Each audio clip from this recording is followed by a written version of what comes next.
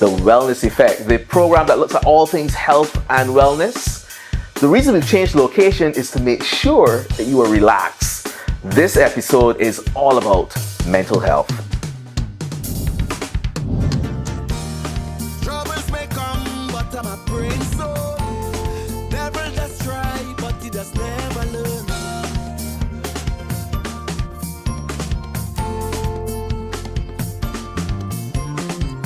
So welcome to the Wellness Effect podcast. You probably are lost as to where we are because we're not on the usual quite nice set of Sagicor. However, we are at the estates here in hot and slightly overcast at times Barbados. We're here on the set of the Sagicor UWI, University of West Indies KPhil campus, and the Healthy Caribbean Coalition. And on the couch, I've always wanted to say that, on the couch are two of my really good friends and colleagues. Dr. Maisha Emmanuel is literally, we share an office wall, Maisha. Yes. At the UE, yeah? I'm a good tenant. Right next door, she's senior lecturer in psychiatry at the KPhil campus and head of Department of Clinical Sciences in the Faculty of Medical Sciences. Welcome to the couch, to the set of the Wellness Effect. Thank you very much. Thanks for having me. Yeah, it was some arm twisting, but we got her here. And also next to her is Dr. Joyce Su, who I also know well and is also a psychiatrist. And here, I saw you last night, Joy, on the program that looked at a recent event that you had here in Barbados, looking at the mental health app. Mental health is a significant part of wellness. And there are these pillars of wellness, which my co-host, Dwayne Devenish, who we kicked off the set to have you here, is important, right? But I don't think the community, especially the Caribbean community, has always respected mental health and wellness. Can you just give me kind of like the cliff notes? What is mental health and wellness? I let how psychiatrists look at each other and kind of agree. Well, basically you want to be able to go through problems or stressors and be able to cope with it. So that ability to cope with stressors, and people like say bounce back, but it's not necessarily bounce back, but that resilience to be able to go through it. And then the ability to have healthy relationships, to be an active part of the community. So those are all components of mental health.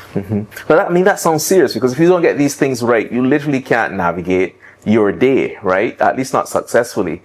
Does this explain why some of us working at some universities that will remain unnamed feel more stressed at the end of the day because we don't recognize these stressors and manage them well? Well, I'll say that persons in our profession who, they're doing these jobs that are considered jobs with a heavy workload. Sometimes we don't prioritize self-care. Yeah. And stress management. Yeah. So we wait until things are really bad before we decide, something has to be done. And often that leads to burnout, unfortunately. I mean, when I watched your town hall a few weeks ago, I think one of the audience members made the point that we never really speak about wellness, the wellness part of the mental wellness part. And because we always just think about when mental wellness and health gets distorted. But what is the baseline? What should we expect on a daily basis? Obviously, we can't remove stressors. Yeah, I think, often people, as you said, people don't think about how do I keep myself mentally well? And we talk a lot about mental illness, and we talk about, well, I'm depressed, I'm anxious, and as people get more bogged down with work stresses and so on, we talk about that, but we don't say, well, what are the things I can do to protect myself? How do I remain mentally well? And I always say to, like students and so on, there's no magic pill about this. It's the same things you would say to, to yourself about, I need to exercise, I need to eat well, I need to get proper sleep, I need to make sure that I'm able to keep contact with my family and friends and socialize. Those are the same things that we would say you need to do to remain mentally well. And I think we need to focus more on that. Right. And not just talk about when things are not going right. And, when I'm anxious or stressed out or burnt out or work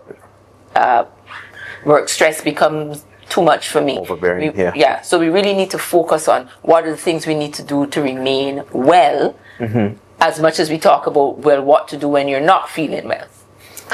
So you mentioned something there that struck me, and that is the need for connections and being connected to individuals. Now, I am going to say this privately because no one else is watching this podcast. However, I am an introvert, believe it or not, and I really do enjoy disconnecting. Like when I'm at a social event, I literally plan, okay, so I'm going to leave here in about 10 minutes. I can do this, 9 more minutes, 8 more minutes, and literally I'm gone, right? Mm-hmm. But during the COVID-19 pandemic, for the first time in my life that I could remember, I craved connecting with people face to face. Yeah. And I never thought that would happen. So the environment really changes our appreciation to connect. Yeah.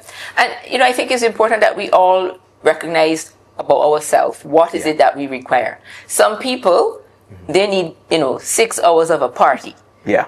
And they're not ready to leave until the 6 hours party. Yeah. Some people just need half an hour and then they're good. Some people don't need the party at all. They don't want to be with people. But the thing is, you have to know yourself and you have to operate to suit. So don't look at other people and say, but how come so and so, can go out and they really seem to enjoy it, whereas I just really don't. I don't want to do these things. Yeah. So you have to know what works for you and not try to fit into other people's, the way that they need social interaction. Yeah. But to your point though, Kenneth, when those things change, as with COVID, you recognize it's not an all-in-one thing, right? There you go. Yeah. Which is what COVID forced us into, just being away from people. And then you start to realize it's not that I don't like being with people, I just don't want to be with them all of the time. Bingo. That's it. So for the first time I thought, because at the beginning of COVID, I thought, okay, this is a pandemic. This is a bad thing. However, the positive side is I no longer have to interact with people face to face, and I can actually just go on Zoom and listen to a recording or something. And then I recognized another recording, another Zoom. Then I found I was just calling people. So what is your supermarket day? Just so I can meet people outside in the setting. Yeah. It changes you. But I want to get to another point in terms of mental health and wellness, and that is how uncomfortable people in our fraternity feel about dealing or addressing mental health. Not only our own mental health, but how we interact with patients. I am a hospitalist, and I am always slightly amused at how junior doctors in internal medicine are so uncomfortable with mental illness. The first thing they do is call psychiatry. So, any comments on that? The stigma is still very much alive. So a lot of persons aren't comfortable dealing with clients who have mental illness. And you're right, the knee-jerk reaction is to call in psychiatry. Yeah. What we've been trying to do, especially in line with what you were saying in terms of looking at mental wellness and not just the mental illness part, is to try to get more the general practitioners involved in that management as well. So you're not seeing, the psychiatrist doesn't have to see the simple things like a person with depression. So it goes even for that, a common condition like depression, which is up there with heart disease. Right. Why there are so many more persons who will be having this problem than we have psychiatrists. And it's an NCD as well, right? That we should be screening for. That's why we have to get that conversation out there and also get the doctors comfortable to because a lot of doctors aren't comfortable to be dealing with these simple common conditions, and we have to get to that point. But it's also the conversations that are required. Yeah, you're absolutely right. And I am guilty, I would admit it. The only reason that I was forced through my EMR in private office to screen for the PHQ-9 score is because before I can close the patient file, it asks, this patient is at risk, have you screened? I'm like, oh, jeez. And then initially I thought to myself, well, none of these are going to come back positive. And lo and behold, people who look quite bright in front of you are happy. Yeah. They have a high score on the PHQ-9, which is a questionnaire looking at depression and the risk of depression, right? So we don't do a good job, I suppose, as non-psychiatrists. It's hard to delve because we have to delve into a person's private kind of moments. Right. And with that comes being able to manage your own reactions to what persons are saying. So not everybody feels comfortable with that. So it's going to cause feelings, your own feelings to be evoked when persons are talking about things. Sometimes you can feel angry about the situation that they're in. But you understand there's many feelings that come out of that. Not everybody is well equipped to handle that, unfortunately. It takes training to be able to manage that. It is state training. It's not just sitting and listening to a patient just offload everything. And what I've always been curious about is, how do you manage your mental health? Because quite honestly, you hear the extremes every single day. Yeah. I mean, you see the consults that we're like, call psychiatry quickly. How do you manage that? But I think that's part of the training that we go through well, for us, it was a DM in psychiatry here at Kiev Hill. I remember in the beginning, when I first started training, it was very hard separating myself from the patient and whatever troubles they were going through. And I would leave work and go home and ruminate and worry about what's happening to this person. Did they get through with what, and I soon recognized I had to find a way to protect myself, because you could stay up all night worrying, but then you have if I'm on call and I'm still worrying about the person I saw in clinic, then I have no use to the person I'm seeing in front of me. And then you have to live your own life as well. And so you soon learn, as part of the training, how to be there and present and helpful, useful for a patient. Mm-hmm. But you have to learn how to disconnect, exactly. Yeah. Boundary yourself, so that you do not get so wrapped up in what is going on with the patient that then you cannot function otherwise. Because to your point, we do listen to sometimes the worst or the heaviest of things, and you do that all day, every day for many people. And so you have to keep something for yourself, so to speak. I got you. Yeah, you need that inner energy as well. I mean, I know lots of you out there are hopefully paying attention to this podcast, but you're probably flipping between your smartphone as well. I've been doing so, checking some messages as well. I guess disconnection from these devices are also important. We're going to get into that when we get back on the couch for the wellness effect. Welcome to Wellness Wednesday. Today we're here with Edward Lewis, a mental health advocate, nurse, and program lead for the National Anti-Stigma Campaign. Check my bias. Today we're here to discuss mental health and wellness. Mental health remains taboo, and because we have not quite normalized the conversations as we would like to see. Persons go through things, but we go through quietly. So as a result, persons end up suffering in silence. So you don't tell your boss, you don't tell your family, keep it to yourself, when in fact what you really do need is support. So where persons can still be better versions of themselves, and they can still be productive citizens. Can you share some simple habits that persons can adapt daily to support their mental health? Well, I would first say start by acknowledging what you're currently going through. If it is that you're not managing your finances, that you're having relationship issues, be able to figure out and name what it is that you're having that challenge with. Mm-hmm. And from there, that gives you a springboard to manage everything else that is surrounding that, how it is affecting you, how it does it make you feel. And then beyond that, what is your body telling you? Is your heart rate going up when you're going through this experience? Is your sleep pattern being affected? Or do you find that you're eating more, you're putting on more weight? Is your size 36 pants feeling like you need to go to a size 38? Or is it reducing to a size 34? And you have not planned for that weight loss. The other thing that I want persons to do is to manage themselves in terms of their physical health, and understand that mental health is health, and that there's a direct link bidirectionally between mental health and physical health. So if you're feeling low on energy, if you're feeling as if you're not sleeping well, sometimes it may be what you're putting into your body. And some people usually just eat for taste, yes, but like it has no nutritive, no nutritive value to their being. Of course, your sleep hygiene. So 6 hours, caffeine does not help you. Caffeine stays in your system about 6 hours post-consumption. Okay. So when you drink a caffeinated drink after 5, 6, and you can't get to sleep at the time you want to get to sleep, is because your caffeine is still very much in your body. Mm-hmm. Food that you eat at least takes about 4 hours to really do digest. Mm-hmm. And there's a reason why, because of that metabolism, it creates heat in our body, and then your body will never settle until that process is actually dying down. There's a reason why when it rains or if you're in AC that you feel the need to sleep, because your body has cooled and has submitted, you know what, it is time to rest. The 3-hour one is about your work and your screen times. But some of us don't stop from work because we have deadlines and assignments. So saying no and demarcating what is at work and what is at home, you need to establish that boundary. But where there are possibilities that you manage your time artwork, like doing a journal, So- structuring your time, maybe an addition that can benefit you, of course, but you don't want to take home that work. And of course, lastly, our phones. That blue light. We like to do a little scrolling thing. Only scrolling on for on the about a evening. good couple of hours before we go to bed, and then we are wondering what's going on. So if you don't have the benefit of wearing blue light filter glasses or having a blue light filter screen on your phone, then that blue light is going to obviously increase your brain activity, and again, it's going to keep you up. So it will affect your sleep.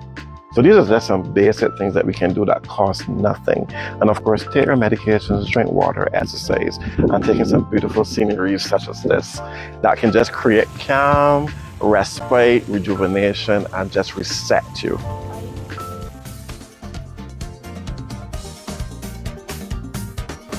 Okay, so welcome back to The Wellness Effect. We are about to launch into something that's going to make all of you uncomfortable. Firstly, put your phone down. There's a need to disconnect, and we are now in a world where we feel, I would feel uncomfortable resting my phone over here, by the way. I know that's in DSM-4 somewhere, but I feel so connected. I need to have it. Like, I can feel my blood pressure going up when I'm on a flight and there's no Wi-Fi. I'm like, what's happening in the world? I can no longer get messages. Is that healthy? Too much of anything is not a good thing, you know. Yeah. So no, it is not healthy. Mm-hmm. I think, like anything else, you know, the same way we tell people don't drink too much and don't eat too much, or don't, you know, lie in the sun on the beach too much. Mm-hmm. Similarly, too much of the cell phone and the devices, it's not a good thing for you. How would you disconnect, though? I mean, what kind of boundaries would you have to set? Would you say, okay, listen, I'm only going to check my messages at X time to...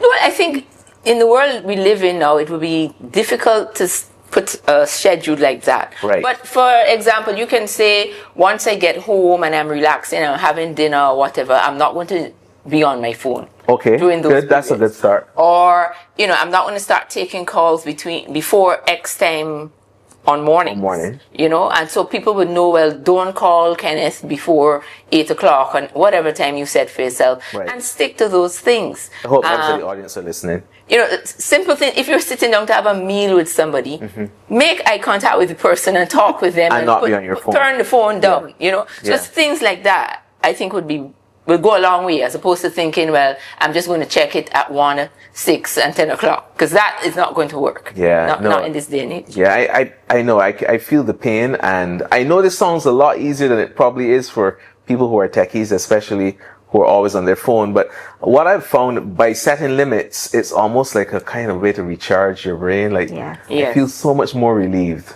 Initially, I get the anxiety, but then I say, oh, look, I've gone the entire night. I've gotten up, I've prepared breakfast, everything, and I haven't looked at my phone once. The technology can set the limits for you. That's right. You can turn off alerts. Your phone can set those limits. You can set sleep time on your phone. There you go. So a lot of people don't know that either. Yeah. But you can set limits for yourself. So use technology to set limits as well. Right. So I have limits for Facebook use, for instance. So when I've gone past a certain time, that's it for Facebook for me for the week. That's it. Excellent. Yeah.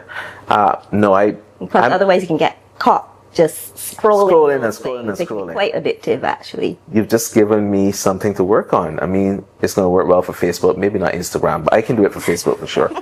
And so, I mean, so connection and disconnection are both important. Let's talk about the people who are at risk, vulnerable groups like kids. They are at risk for developing, I guess, bad mental health habits and even mental health hygiene. But, you know, recently I read, I think it was your post, Joy, about the link between obesity and mental health in kids. And then I saw some comments saying, no way. So is there a link? And of course. Is it well known?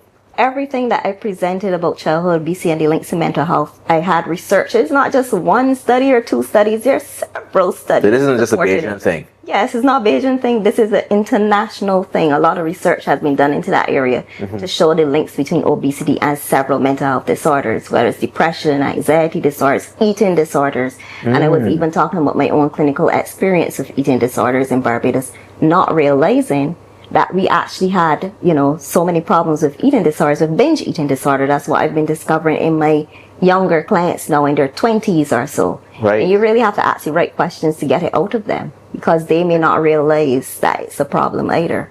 But I'm finding that a lot of persons these who may have struggled with their weight when they were younger, and food became kind of like a coping mechanism. I'll tell you a funny story. I was in clinic and I was going through with a young man, primary school age. I was asking him about coping, what could he do when he's stressed out in future to avoid what had happened.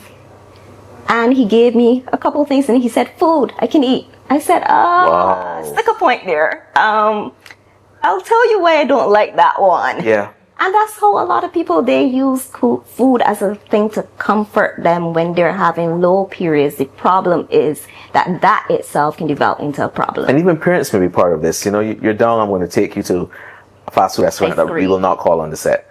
So there you go, right? So that is very possible. So these are things that I don't think we think about. Certainly the general public doesn't think about it. Hopefully our fraternity thinks about it. But what I'm curious about is how are we going to get this whole mental health community approach kind of rolled out in our fraternity? Because that's going to change training, and I know there's an undergraduate and a postgraduate program for specialists in psychiatry, but how is that going to change training in psychiatry? Well, as you know, in Barbados, we now have a push towards moving our focus for psychiatry out of the hospital setting and more into the community. And with that move, we started discussing the training program, the DM in psychiatry here at Cave Hill, where we want to get the residents more involved in community psychiatric care. Right now, the residents rotate between QEH as well as the psychiatric hospital. The tertiary hospital, okay, yes. Right. And so what we're thinking now is that the residents really should get into the polyclinics where they can see people there in the community setting, in line with our push to focus more on community delivery of care for psychiatry. And so we're really excited about, starting that conversation around around how we train postgraduate doctors in psychiatry. And what about family medicine practitioners? Because I'm assuming most people are going to see your GP. Yeah. So how is that going to change? They already do training with psychiatry. All right. Yeah, okay. So they I rotate train with quite us. a number of them in the community setting. So they have a certain number of hours that they have to get. So family physicians actually train in psychiatry. Yes. So there you go. So your neighborhood friendly or even not so friendly family physician is trained in psychiatry and therefore could address some mental health issues that you might have. You shouldn't kind of bottle that in as you go into the consultation and not reveal anything because, okay, you're not a psychiatrist, so I don't want to bother you with this. Well, in fact, we encourage people to talk to their family physician first. Excellent. And so, because they're the ones on the ground in the primary care setting, and so most people with depression or anxiety, they're going to get to their family physician first before they get to the psychiatrist. Gotcha. And the other thing, of course, is that we want to almost say let the psychiatrist manage persons who have more severe, chronic, and enduring mental health concerns. Tip of the iceberg. Right? Yeah. And so that there's not this focus on psychiatrists only looking at mental health disorders. I got you. I mean, one important statement that stands out in my mind is recently, a few years ago, the American College of Physicians started advising internists during the consultation, not just to ask patients, how are you feeling, but how are you coping? And it somehow throws people off. Like, I'm here coming to you with my chest pain. You say, how are you coping with everything else around you? But you'll be surprised the amount of things that come out. Yeah, that's in line with us moving away from trying to manage symptoms and trying to get clients to be more functional instead of concentrating on, the medication, are you still having this symptom or that symptom? But no, you want to make sure, how are you functioning? How are you coping outside in society? And to your point, a lot of clients who maybe you just had a first diagnosis of diabetes, for instance, they may not cope with it so well. That's why the family physician is very, and they don't need to see a psychiatrist, of course, to be dealing with the mental health concerns as well, because you are already going to be treating that person for their chronic conditions. why not also make sure that their mental health is doing well? Another chronic condition as well. Because Yeah. it's going to affect how the management of their. So if you're having problems accepting your diagnosis, for instance, you're not going to want to switch diet and all these things. You're not going to cope well with that. So your diabetes is going to continue to be not controlled properly. I got you. So much to think about and consume. I hope that you have been reflecting on this entire discussion, ways in which you can sanitize your whole mental health hygiene throughout the week. I'm certainly going to do that this evening. I've started doing some things like having lunch away from the office, and okay, I still have my phone with me, but small steps, and even certain things like kind of disconnecting at certain times completely. I'm sure everyone watching is going to agree this has been one of the most relaxing episodes that we have had. Thank you so much for being here on the set. This has been very useful for us. I hope that you have a good end of year as we approach the end of the year, as well as I hope that everything goes well with the new mental health, the NCD, the Mental Health Commission in Barbados. And I hope it becomes contagious across the Caribbean as well. Those of you watching, other mental health commissions should hopefully evolve. You've been watching the Wellness Effect podcast, which is co-sponsored by Sagicor, the University of the West Indies Cape Hill campus, and the Healthy Caribbean Coalition. My guests today have been Dr. Maisha Emmanuel and Dr. Joy Su, psychiatrist, speaking about probably the most important pillar of workplace wellness, that is mental health wellness. Tune in next time.